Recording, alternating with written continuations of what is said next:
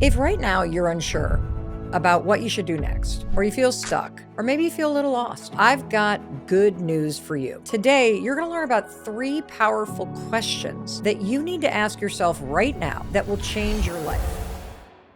Question number 1. How will your life look if you stay on your current path? If absolutely nothing changes about your life, if you stay in your current job, stay in your current house or apartment, stay in your current major, your current friend group, current relationship, current routine through the day, if nothing changes, where does this lead you in 5 years? Question number 2. If the path you're on disappeared tomorrow, what would you do? This is what I call the rug pull question. This question just pulls the rug right out from underneath you, right? And it does sound scary. The question isn't meant to keep you stuck or to make you freeze. It's actually meant to free you.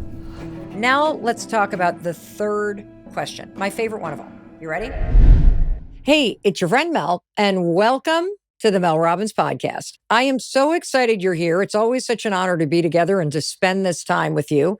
And if you're a new listener, or you're here because someone shared this with you, I just want to take a moment and personally welcome you to the Mel Robbins podcast family. And boy, oh boy, have you picked a great episode to listen to or watch today. Because today, you and I are going to dig into 3 questions that you need to ask yourself and then watch your life change. I'm serious. That's what's going to happen. And I'm going to be asking myself these same 3 questions alongside with you. You're going to be leveraging the power of your mind and leveraging science to help you start moving forward. And I want to give you a little background on why it is that I wanted to talk to you about this today. You know, I was hanging out with some friends of ours that we've known for almost 30 years. And he's worked in tech. He's had a successful run in real estate. And after all that he's accomplished, he's realized something enormous. He has unfinished business with himself. Just hear that sentence again. He said, Mel, I just feel like I have unfinished business with myself. See, he loves music. He's always loved music. He's always played music. And now, at the age of 56, he wants to make music the center of his life. Now, this is somebody who's my age. And doesn't it make you wonder, how do you have that kind of epiphany? You know, is it like a Tuesday morning or a Thursday morning that you wake up, you're like, you know what, I've got unfinished business with myself. I need to make some changes. Is it possible to manufacture a breakthrough like that for yourself?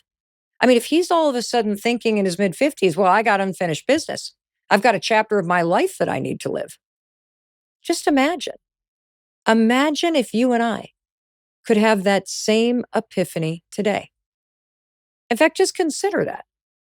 What unfinished business do you have in your life right now? And I don't care how old or young you are. You might be in your 20s and you're like, I got some unfinished business with myself. There are things I want to do in this lifetime. And I really need to wake up and get more serious about it. Or maybe you're in your 30s or 40s and you've been cruising in your career or taking care of your kids. And now all of a sudden you're stopping to think, wait a minute. I think I have some unfinished business with myself. There are things I want to do. It's kind of cool to stop and think about, isn't it? Of course it is. And like me and my friend, you probably have a million excuses for why you haven't made the pivot, why you haven't gone after this thing. I mean, you're capable of doing it, right? It's just your mindset that's holding you back. That's what I'm going to show you today. It's your mindset that's holding you back from having this life-changing epiphany.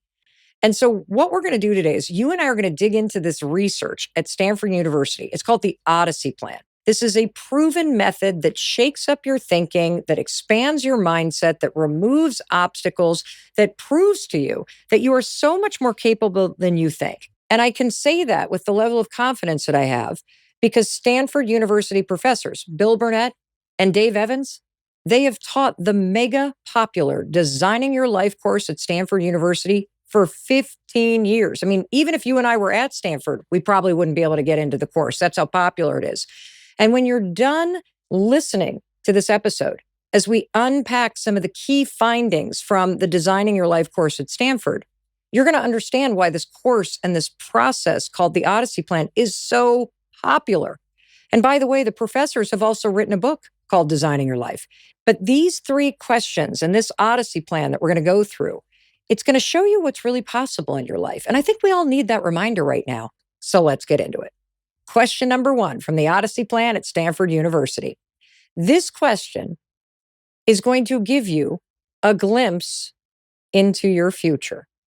How will your life look if you stay on your current path? I'm going to say it again. How will your life look if you stay on your current path? In other words, if absolutely nothing changes about your life, if you stay in your current job, you stay in your current house or apartment, you stay in your current major, your current friend group, your current routine through the day, if you stay in your current relationship as it is, if nothing changes, where does this lead you in 5 years? And really stop and consider something. Do you like where this is leading you? You know, these professors at Stanford, they kind of know what they're doing. Because if you really consider that question, how will life look if you stay on the current path? They're not inviting you to visualize your dream life in 10 years. Oh, no, that's what Mel Robbins does, right? I'm constantly asking us to look at the positive and visualize because visualization is a powerful thing. And it's really fun and empowering to visualize a better future. But that's not what this question's asking you to do. This question is asking you not to visualize the future that you dream of. The question is asking you to be brutally honest with yourself and visualize what happens if you don't change anything. If everything stays the same, you stay on the current path you're on. And look, there are things about your life right now that probably are great, right? But there are things about your life that you got unfinished business. You got things that you're sitting around just waiting to have happen, but you're on the same old, expecting something different to come along. So there's something sneaky about this question. It's kind of asking you, do you want things to get worse before they get better? If you stay on the current path that you're on, you're lucky if it just stays the same. Because if the path isn't fulfilling, if the path feels off, the likelihood is it's actually going to get worse. Because you're going to feel that grinding sense that there's unfinished business, that there's something that you want to feel or do or become or focus on, and you're not doing it. Let's say you're carrying around an extra 40 pounds. That's not fun. That's not fun. That's very hard to do. So let's say you just stay on the current path and you never carve out the time to start going for a walk, or you never carve out the time to dust off the dumbbells in your basement and stream a class. What does your life look like if you never change? Or let's just say you keep working at that job and you're scared, you're bracing for the fact that AI is coming or that somebody that knows AI is going to replace you and you just feel miserable and exhausted, but you're not doing anything to look for a new job. If you stay in a job that is draining your life force where you're not being treated well, what does this current path look like 2 to 3 years from now? Or maybe you're so stressed out right now that you never get sleep and you're grinding your teeth down to nubs and you're, waking up with your shoulder hurting and then, you're taking all kinds of things in the morning to try to pop yourself up and 15 cups of coffee. And it's just this endless loop. And you didn't always feel this way. Let me ask the question again. How will your life look in a year or 2 years or 3 years if you stay on the path that you're on? And this is very confronting in relationships because if you're in a relationship that isn't fulfilling anymore, but you don't want to upset anybody. I was talking to a friend of mine who was dating somebody and they just kind of said, I just know the spark's not there. And I'm not looking for love at first sight, but he's a really good person. And we've gone on dozens of dates and I just wish it were working, but I just know it's not the right relationship for me. It's so hard when the person's a good person, but let's just play this out because a lot of us slide into things that we don't mean to slide into. And next thing you know, you look up and it's a year later and you're living together and then it's 2 years later and now you feel like you got to get engaged because even though it's not quite right, here we are, you kind of slid into this because it was the current path that you were on. And I'll tell you, one of the hardest things in the world is ending a relationship with somebody who's a really good person. They're just not your person. It takes a lot of courage to know that you're disappointing somebody. But what you don't want to do is you don't want to stay on a path that's slowly disappointing you. There's an area of your life where maybe you've just put your head down and you're soldiering on and you're pretending everything's fine. Maybe you're in nursing school and you hate it and you hate it. But oh my gosh, you talked about this for years and now you're in it and you've paid some money for this first semester and you don't want to tell everybody that you went and now you don't want to do it. Really think about it. And it might feel a little painful. And this is kind of an intense place to start. Thank you very much, professors at Stanford. Boy, they're just going right for the mirror in front of us that we don't want to look into. But there's a great reason for why this is the first question. And here's what I want you to look at. I want you to look at this as a neutral question, not a negative one, right? And if you stop for just a second and say, wait a minute, it's sort of like I'm on a road trip and all of my actions and the job that I have and the relationships that I'm in, it's all leading to a particular destination. If I keep going down this road, ask myself, do I still want to go in that direction? Where's my current life leading me? Am I hanging out with the friends I want to hang out with? Is this the career that I really want? Is this how I want it to feel? And look, maybe you're saying yes. Maybe you're saying, actually, I'm exactly where I want to be right now. I'm working at that iBank and these next 2 years are going to blow, but I see where it's going. Or I'm in medical school and I hate medical school, but I can't wait to be a doc. And so I see where this is going. I'm in the right place. And so maybe I just need to take better care of myself. Maybe I got to change my mindset and stop the beat down because I know that this is a bumpy section of the path. It's worth it to keep working on it. So I'm going to continue down the current path because I see where this leads. And so really be honest with yourself because most people aren't waking up every day, woohoo, jumping for joy about where they are. You know what's more likely the truth? Most of us wake up every day and wish we could change something or we wish we could change a bunch of things. But the thought comes in and then we don't do anything. Why? Because we are stuck in the day to day. You are in this day and you forget that this day is leading you somewhere, that you're on this path that is headed in a particular direction. And I know that I've been guilty, maybe you've been guilty of this too, of living your life just hoping things are going to happen by accident. Waiting for someone to knock on the door and say, congratulations, you're hired. You're just the person I've been looking for. When you haven't even applied for the job. That's what this question is about. It's saying you have to decide. You have to be the one that wakes up and says, okay, hold on. Everything that I'm currently doing is leading somewhere. And if I keep just doing what I'm doing and I let the stress of the day and the headlines and everything continue to just wash over me, that unfinished business will always be unfinished. That change that I want to make, it's never going to happen because change happens with the realization that how you're living right now no longer works for you. It's no longer leading you in a direction that you really feel called to go. And I'm here to tell you, you're right. You're absolutely right. Congratulations. Because that's the first step to making a positive change is just being honest with yourself and saying, it's not that I'm stuck or I'm still.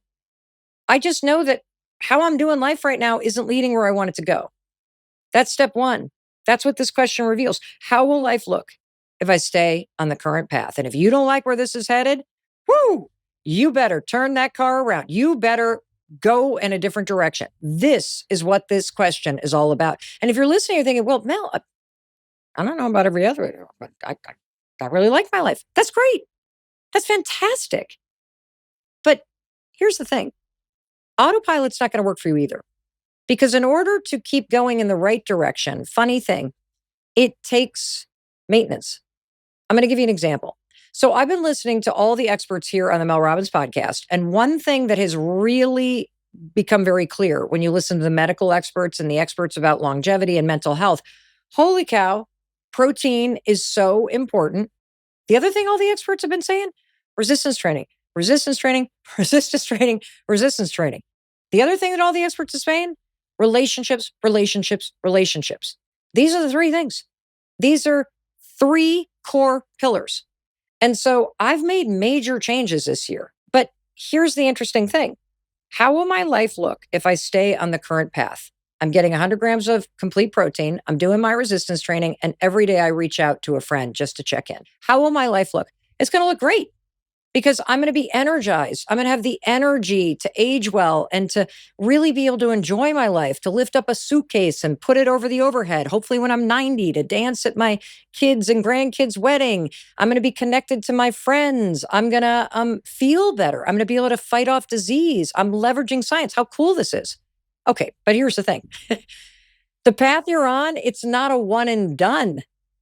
The path you're on, if you love your life, it requires you to keep doing what you're doing. Roll the clock forward. Roll it forward a year. How much you going to weigh? What's your stress levels look like? What is your relationship? How does the relationship feel? What's your friend group like? What is it that you wake up and do every day if you just keep doing the same old, same old? What does it look like at nights? Has anything changed?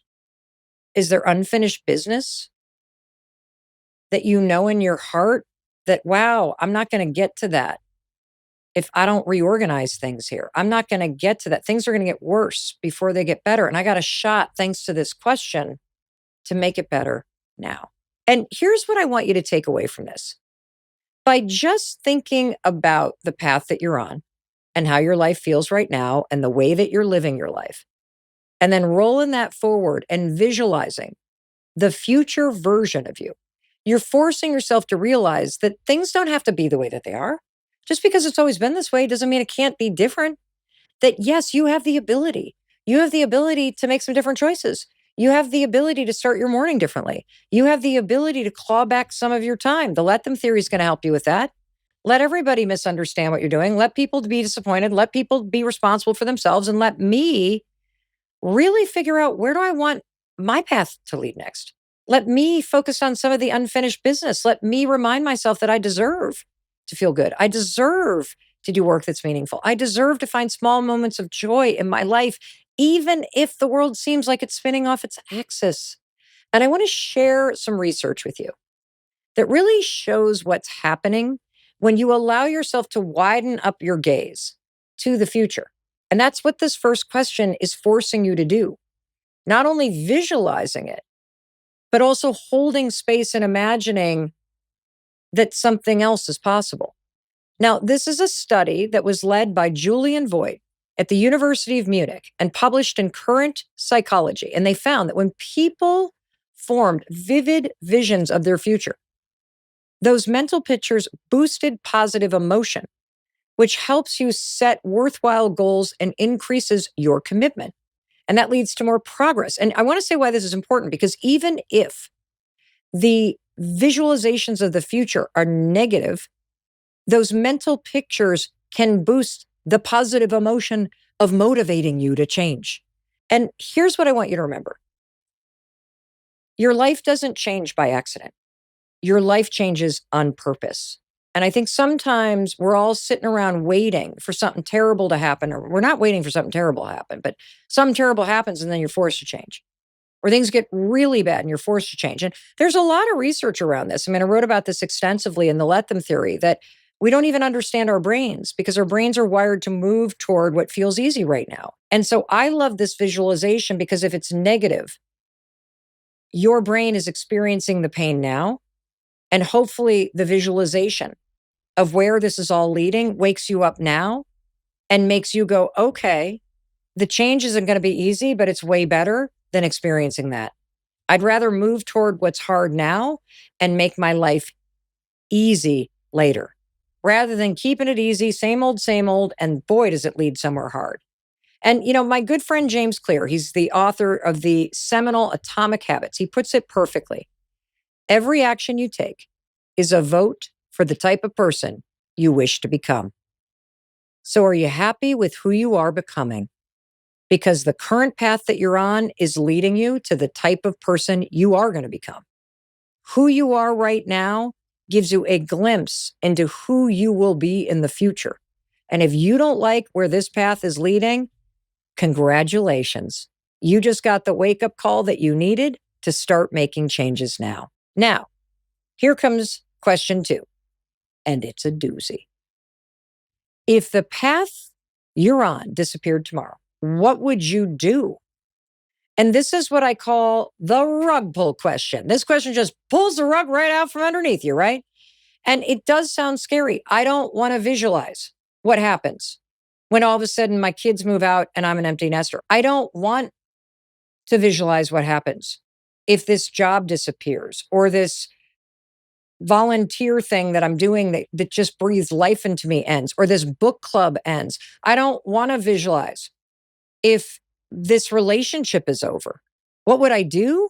I don't. Why are you asking me this? I don't want to be scared right now. Okay. So here's why you and I need to stick with this question. Because despite the fact that it's confronting, if the path that you're on disappeared tomorrow, what would you do? The question isn't meant to keep you stuck or to make you freeze. It's actually meant to free you. Okay? What it's getting you to think about now is, what's the plan B here? See, plan B is what most people think about when something terrifying happens. Plan B is what most people think about after they lose the job, after the thing happens, after the tragedy strikes, after the relationship's over. The job's gone, the relationship dissolves, the plan blows up. Now what? Well, when it happens in real time, I'll tell you what, now what? You go into a trauma response and you freeze, and then you're in grief, and then you're in a spiral of self-doubt, and then you are in fear, and then you start to feel like a loser, and then you feel like your life is never going to change. And then you start to shut down the thought of what might be possible altogether. And what this question does so brilliantly, if the path that you're on disappeared tomorrow, what would you do? What would you do? Huh. You know what this question does? It pushes you out of your comfort zone, and it pushes you past that moment. Because if you can consider, what would plan B be when I'm actually still in plan A, you can leverage the full power of your brain to start problem solving and to think about things in a very different way. What if it's not the end of your world? What if it's just, okay, what would happen next? What's the very first step that you'd take? You know, I know someone who lost her corporate marketing job recently. Totally blindsided. Totally blindsided. You know what she did? Well, she just started freelancing part-time, helping small businesses, mom and pop shops, local businesses with their social media. And now she's running her own consulting business. Someone on my team knows a dancer who had a career-ending injury. Absolutely devastating. Can you imagine? You found your actual life's purpose. You are a dancer. You're part of a company. This is your dream. This happens to athletes too. Oh my God, you made the team. Holy cow. And then all of a sudden you have a career-ending injury. Devastating. But what did she do? Well, she pivoted into teaching dance classes for kids at community centers. She's still connected to her passion, just in a new way. And it goes to show you that plan B is already there, but we're waiting for plan A to blow up before you even entertain it. And here's the other thing that I also love about this. What I love about this is we can get so stuck where we are that we are blind to all the other options that are right there in front of you. Now, it doesn't mean you have to quit your job. I don't want you to listen to this as an either or. I want you to listen to this as a way to expand your thinking and create ands. So what would I do?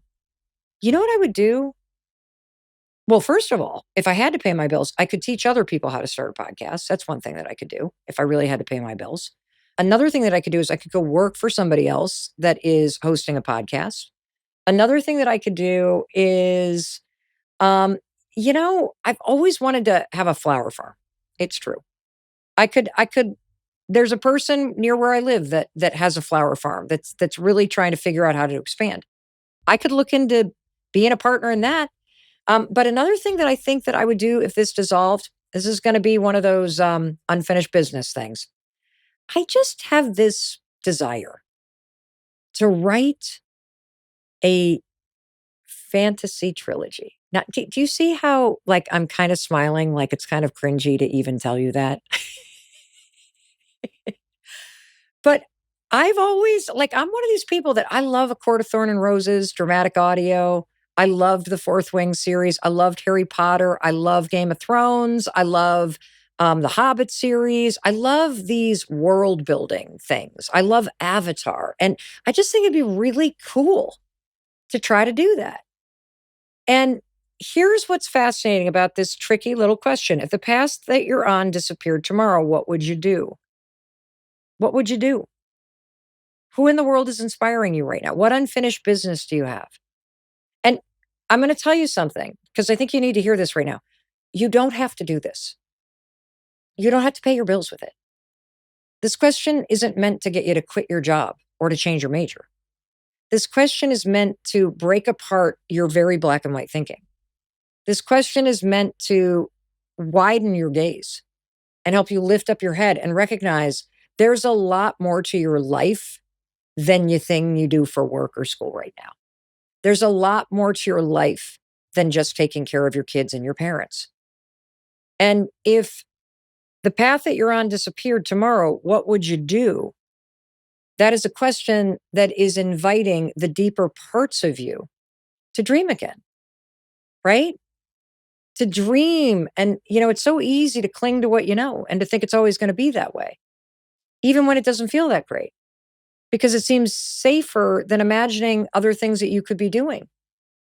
But that's what this question asks of you. If the path that you're on disappeared tomorrow, what would you do? And as professors Bill Burnett and Dave Evans at Stanford put it, I love this quote: when you really force your imagination to believe that you have to make a living or you have to fill your time doing something other than what you're already doing, you will come up with something. You will. And here's the other thing I like about this question. It also gets you to look at the thing you've been gripping tightly to, even if deep down you don't like it. Because you're probably telling yourself you have no other options. You got to pay your mortgage, you got to pay your apartment rent, you got this, you got that, you got the other thing. But what's really interesting about when things disappear, it leaves you no choice. And as your friend, I'm going to always remind you, you're capable of figuring things out. A lot of us don't realize that until we're forced to. We're forced to figure it out because we got laid off. We're forced to figure it out because we didn't get the dream job. We're forced to figure it out because we, majored in communications and now you're graduating into the world's worst job market in recent history. I'm just going to say it. It's true. It's true. And now you're starting to get discouraged. So the path that you are on did disappear because you're not landing the job. So, okay, what are you going to do now? That's why this question matters. Because it really gets you to start to imagine and brainstorm and tap into other options before you get fired, before the friendship fades, before the rug gets pulled out from under you. And so why not run that drill right now? That's what the question is begging of you. This is what the Odyssey plan is. Because if you think about any major twist and turn, and isn't it funny that I said I'd really try to figure out how to write a fantasy novel? Because the Odyssey plan is about navigating the twists and turns in life. And any great Odyssey, just think about the Greek myth of the Odyssey. There are so many twists and turns. And oftentimes the hero doesn't see it coming, but you're the hero of your own life. So ask yourself, if you didn't do what you currently do for a living, if you didn't fill your time doing what you currently do, maybe you're filling your time caring for your aging parents. Maybe you're filling your time taking care of your littles at home. That's a wonderful thing to do with your life. But give yourself permission. If this disappeared, the kids are off at school, your parents are taken care of, what else would you want to do with your time? If you didn't do what you currently do for a living, could you freelance? Could you make a business? Could you take the time to learn a new skill? Maybe you could learn how to build something in AI or tech, or maybe it's something creative. Could you learn how to make money online? Could you pivot into something completely different? Like, could you finally do that training to be an EMT or a volunteer firefighter or working in a new field? Could you get a master's? My husband right now is getting a master's in spiritual psychology by taking one class at a time. It's going to take him 4 years. He's almost done with it.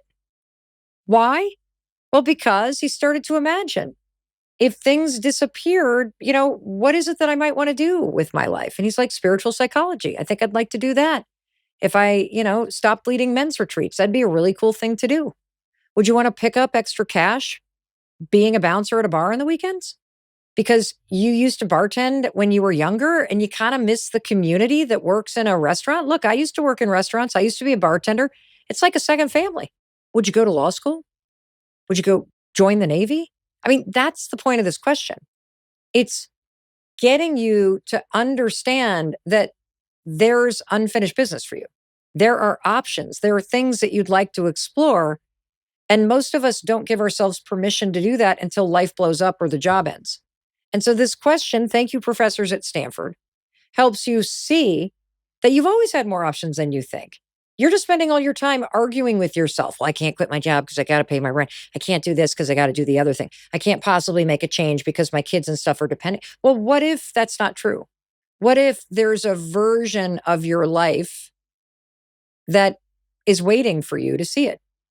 I'm just inviting you to imagine the possibilities.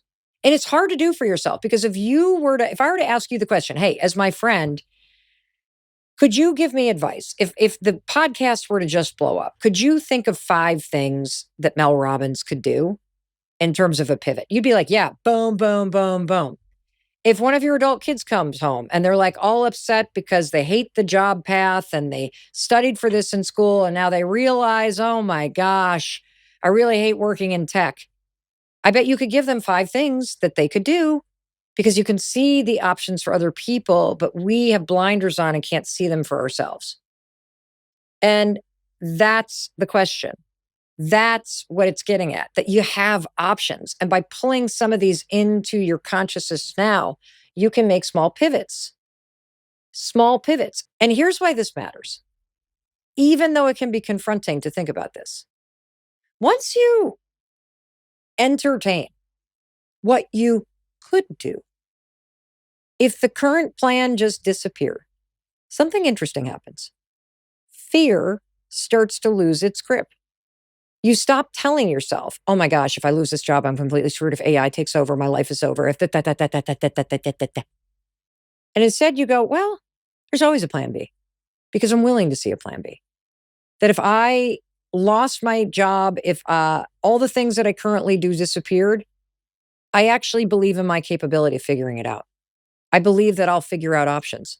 I do believe that if a door closes, another one opens. Period. I love that. Now let's talk about the third question, my favorite one of all. You ready? Oh, I love this one. How would life look if there was nothing holding you back? Now, this is a swing for the fences kind of question. This is a Mel Robbins kind of question because this one's full of possibility. This is like unbridled permission for you to dream, for you to see a bigger possibility for yourself, okay? Just for a second, let's entertain this question. How would your life look and feel if there's nothing holding you back? I'm saying money is not an issue. You don't care about other people's expectations. Nope, let them, right? We don't care about that. You could go anywhere. You could do anything. This third question is full freedom in your life. Forget about the kids. Forget about the dogs. Forget about everybody that you take care of. Forget about the bills just for this second. Let's just entertain the possibility. Because when was the last time you let yourself daydream for real? I mean it.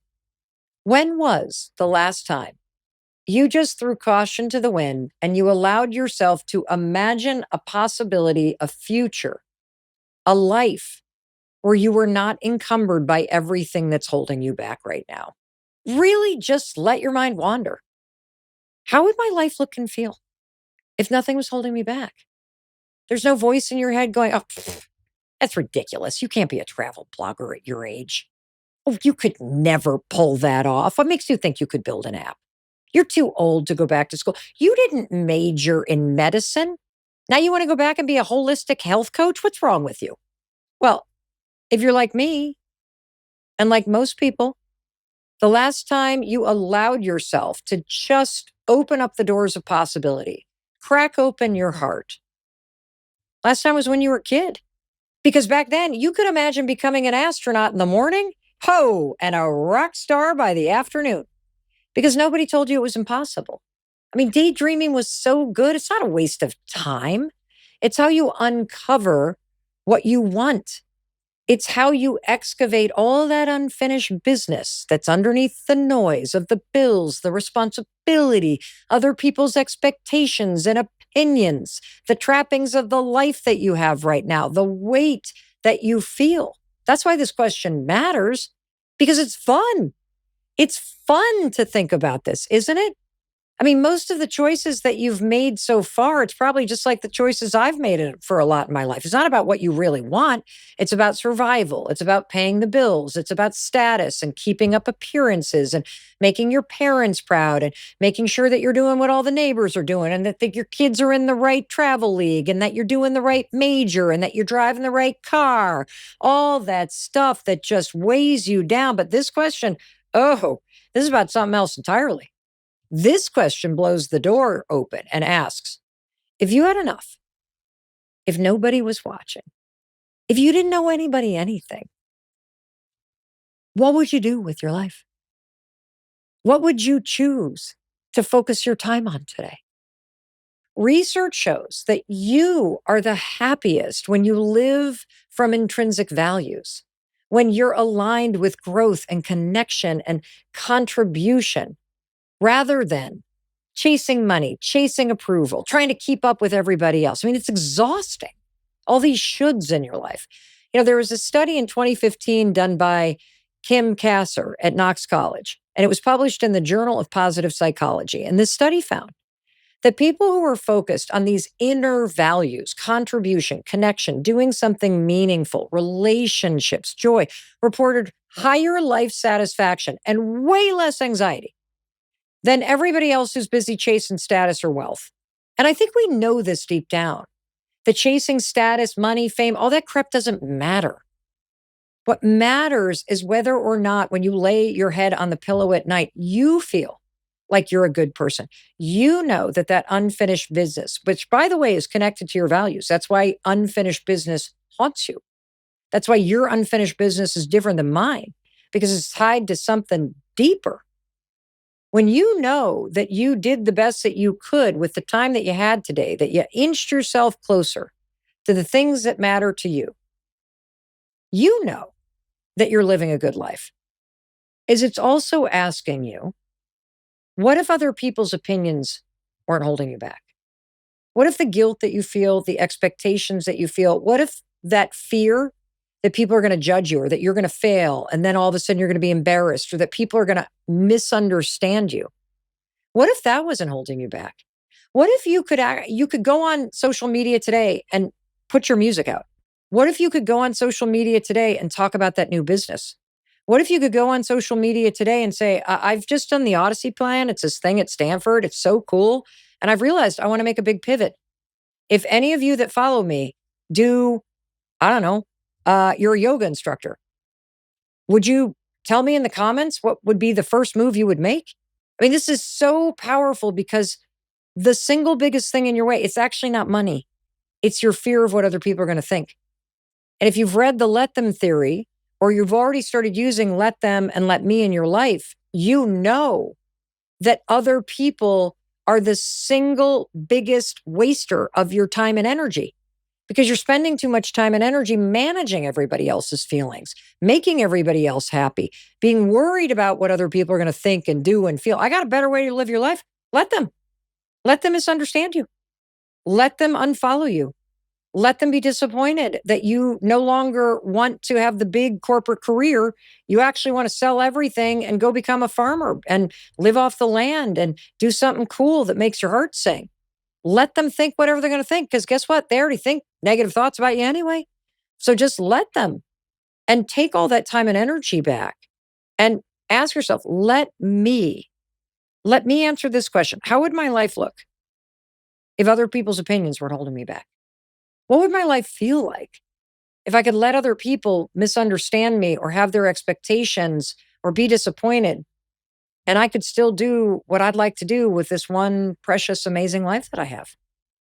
What if I started making changes today, even though people didn't get it? If they teased me, what if I changed the way that I eat and I went vegan or gluten free or I started lifting weights and my family's going to pick on me because nobody does that kind of thing? Let them. So let's take a deep breath. Let's pretend you got the money handled. Let's pretend no one's watching and that nothing is holding you back. Just, just, I know it's hard, but just let yourself dream for a minute. Would you maybe coach your kid's soccer team? Would you spend your day at the Humane Society, a pet shelter?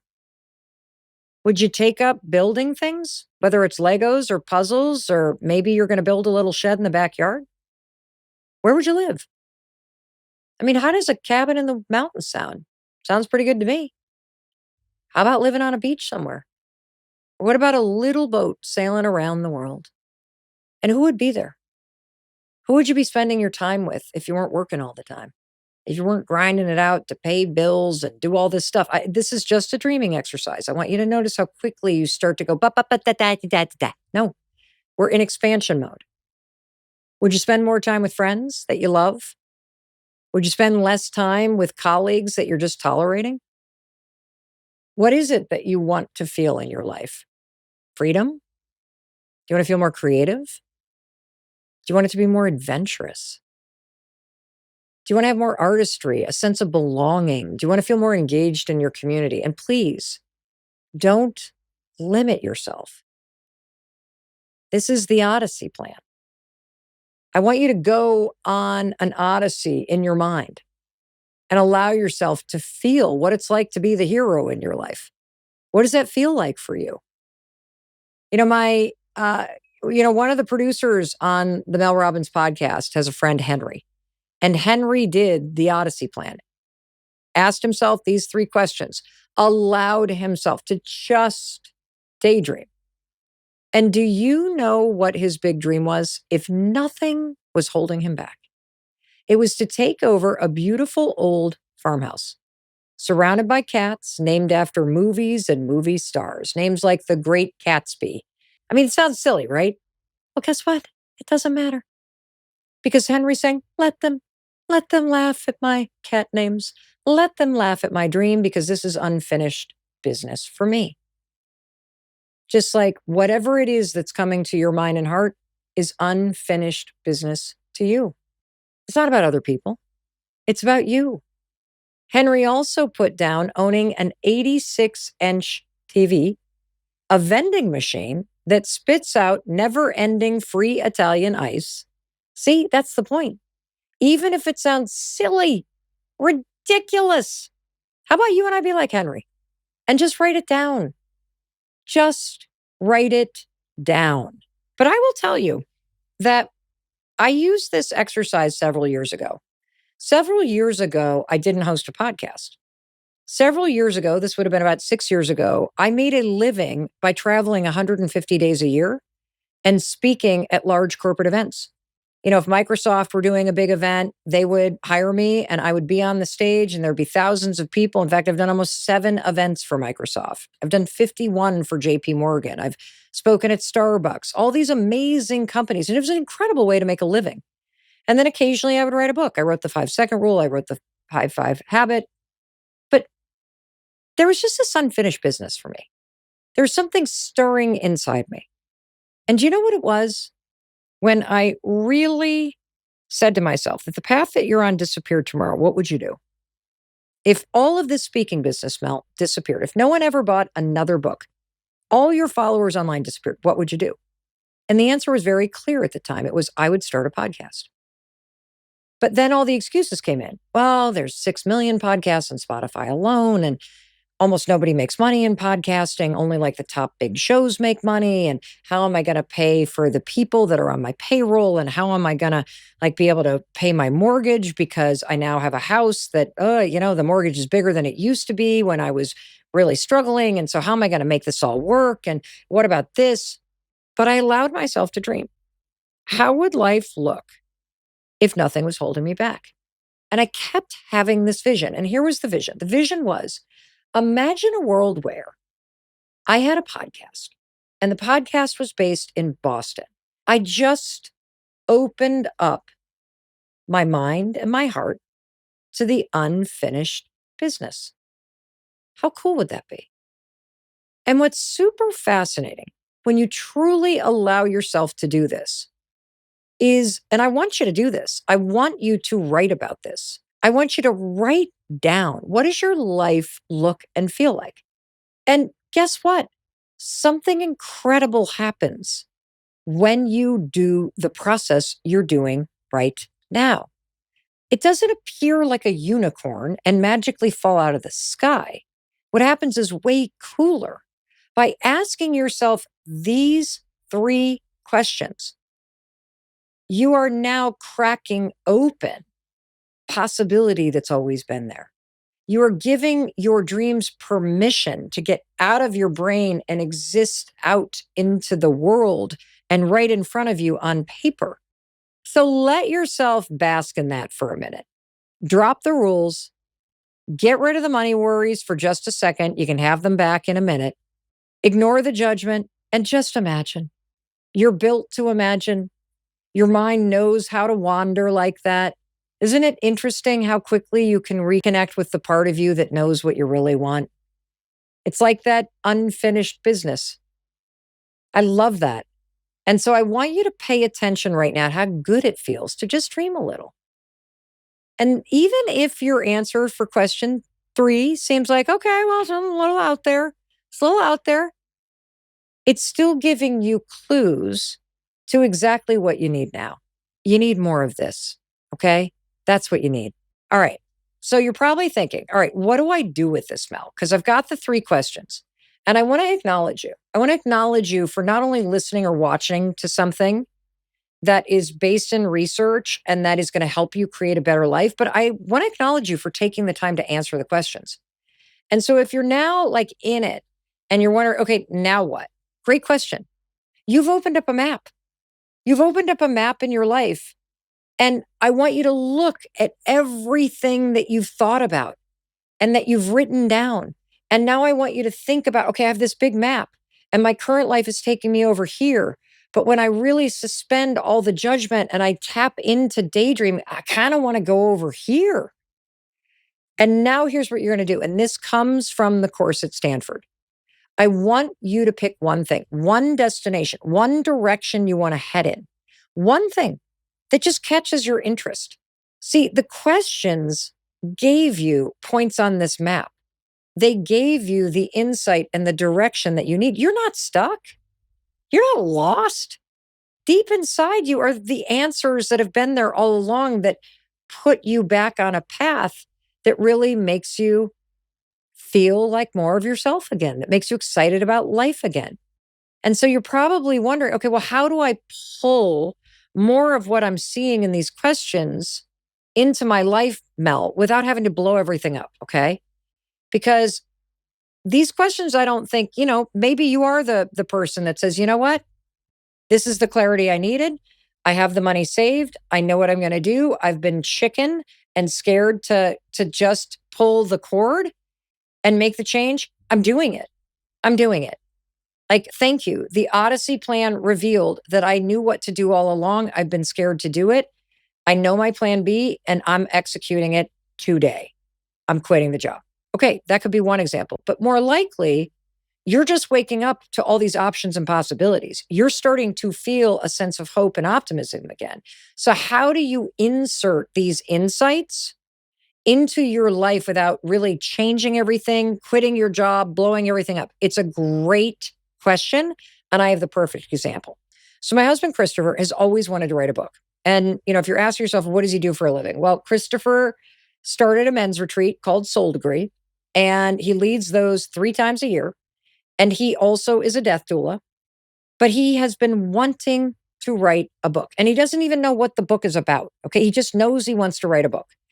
And so in doing the Odyssey plan, this was a couple of years ago, he recognized this. And so he's like, okay, the first change I'm going to make to bring this into my life now is I'm just going to create a new habit. This is a way, by the way, to change your current path. Because if you just change one habit, whether it's writing every day or walking every day or spending 15 minutes every day researching something you're interested in, you automatically change the path that you're on. And so Chris just started by adding writing to his morning routine. That's all that he did. Just every single day, he would write for 15 or 20 minutes. Well, recently, he had this huge epiphany that he really wants to go from just writing to truly writing a book. Well, what Chris did, and this is what I want you and invite you to think about, is he now put the most important thing first. He now wakes up at 5:15, he meditates, and then he writes. Small change, different destination, different path. After he writes, he then goes and walks the dogs and exercises and starts his day. But do you see how that small change, first thing in the morning, signals to him that the path that he's on is different? Writing isn't a nice to have, writing is who I am. Writing every day as the second thing I do after I'm out of bed signals to me that this is something that is important to me. And it now creates a small fork in the road that what? Creates an entirely different path. That's how you can do it. You literally can make one change a day. That's it. And you don't need an hour. You could dedicate 15 minutes a day to researching cat names and vending machines that spit out Italian ice. You could research flower farms and what does the P&L look like and how do people get started and how long does it take? You could research online programs for nursing or becoming an EMT. You could stop by the ski resort and ask them for information about how you become part of ski patrol or a ski instructor. You could start following travel bloggers. And every 15 minutes, as you're enjoying your coffee and eating your breakfast before you log on to work emails, you could be studying the stories of how people got started. That's how you do it with just one change.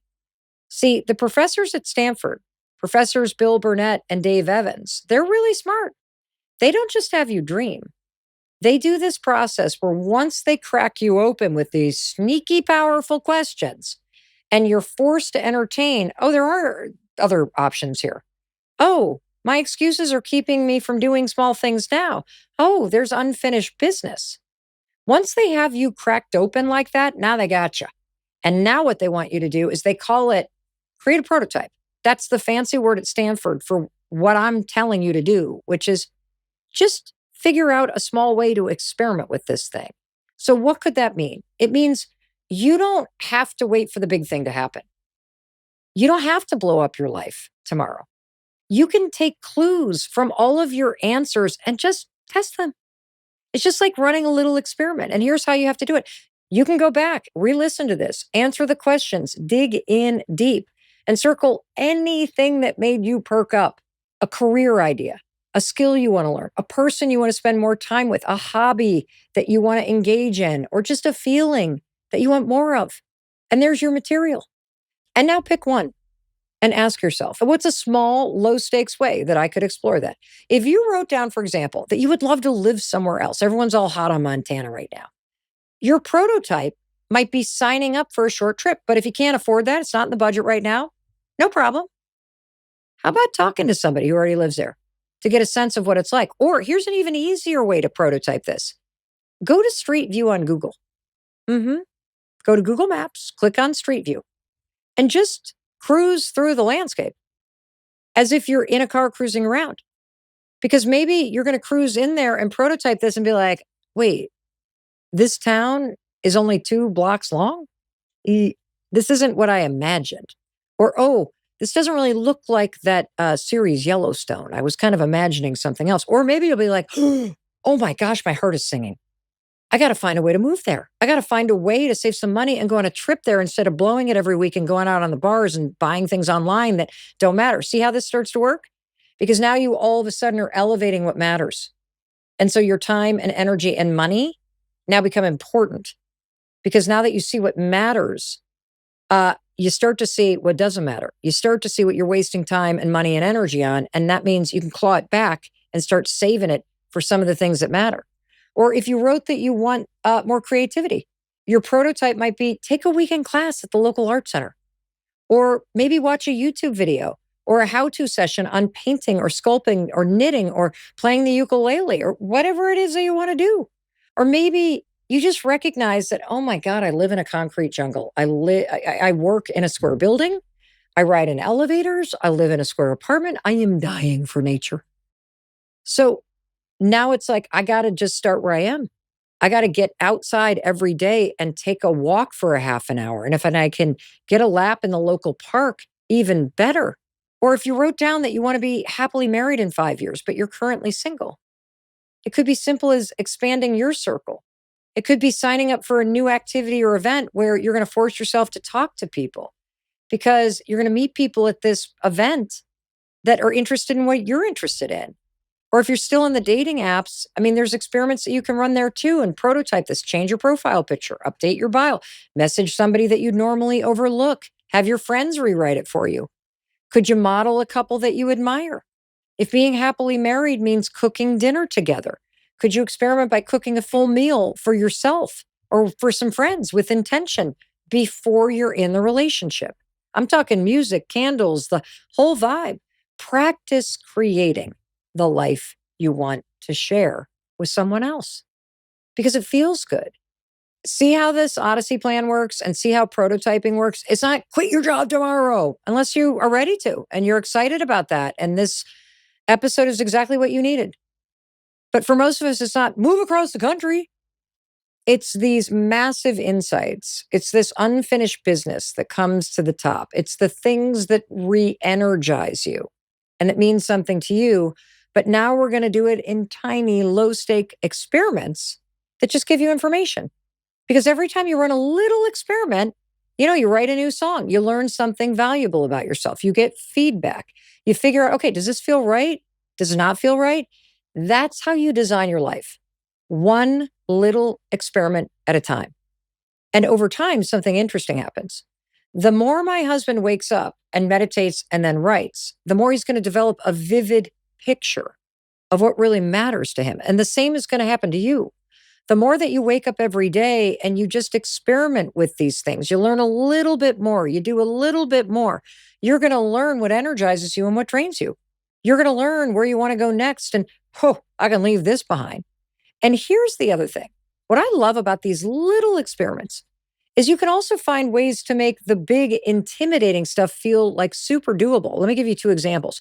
Maybe you thought, okay, I've always wanted to move to Spain. That's my unfinished business. That's what I'm going to do. But after really testing the idea, you start exploring online, you start watching videos about people that have moved there, you start really looking into what this means, you realize, okay, wait a minute. I don't actually want to uproot my whole life. I just want the energy and adventure that moving to Spain would bring. And so then you find smaller ways to create that sort of energy and adventure of travel right where you are. I mean, there are things that you could be exploring in the town next door if that's what you're looking for. I'll give you another example. I used to dream of owning a bakery, and then I did an experiment. I got a job working in one. And it took exactly 2 shifts working at a bakery and getting up at 4:30 in the morning and filling all the napkin stuff and refilling the cream in the milk and waiting on people and then going home and smelling like a carrot muffin and not being able to wash it out of my clothes to make me realize, you know what? I don't really want to own a bakery. I like the idea of going into a bakery. That's a really powerful experiment because now I understand that my unfinished business isn't in owning it. It's in having the kind of life where I have the time to enjoy it. But that's the power of experimenting. It's not about locking yourself into a big decision. It's about unlocking the full possibility of your life. It's about breaking free of all of the excuses that right now keep you narrowly focused on what you're doing and all of the lame things you tell yourself that aren't true, that you don't have time, you can't possibly do this. It's about widening your gaze to everything that's available to you right now that could make your life great. gathering clues and letting those clues pull you forward into whatever it is that's going to call to you next. And what I also love about this episode is that this is a free resource for you. You can come back to the Odyssey plan, to these 3 questions over and over and over again. You can share this at any point you want with anyone in your life who may feel stuck or have so many excuses or needs these questions and this process to help them shake things up and to create a new roadmap for their life. Isn't it awesome how easy this is? And before you know it, what I love is you're not going to feel like your life is on one track. You're going to feel a whole new possibility open up for you. And isn't that a great thing? In fact, you're not going to be the same person when you're done. That's my hope. My hope is that something profound gets revealed to you, that you realize that you too have unfinished business in this lifetime, that there are more things for you to do, to see, to feel, to become in this odyssey of twists and turns and ups and downs and highs and lows that we call life. And one more thing I wanted to say, in case someone else doesn't say it to you today. As your friend, I want to tell you that I love you and I believe in you and I believe in your ability to create a better life. And more importantly, you are capable of creating the change that you now see. Alrighty, I'll see you in the very next episode. I'll be waiting to welcome you in the moment you hit play. And thank you for watching all the way to the end. Thank you for hitting subscribe. If that's lit up like a Christmas tree right now, could you hit subscribe? Because it means you are one of the 54% of people who watch this who are not subscribed. It's a great way to show our team support. And it also ensures that you are not going to miss a thing when we drop these extraordinary and life-changing free resources and episodes for you. Alrighty, speaking of amazing free resources, I know you're going to love watching this episode next, and I'll be there to welcome you into it the moment you hit play. I'll see you there.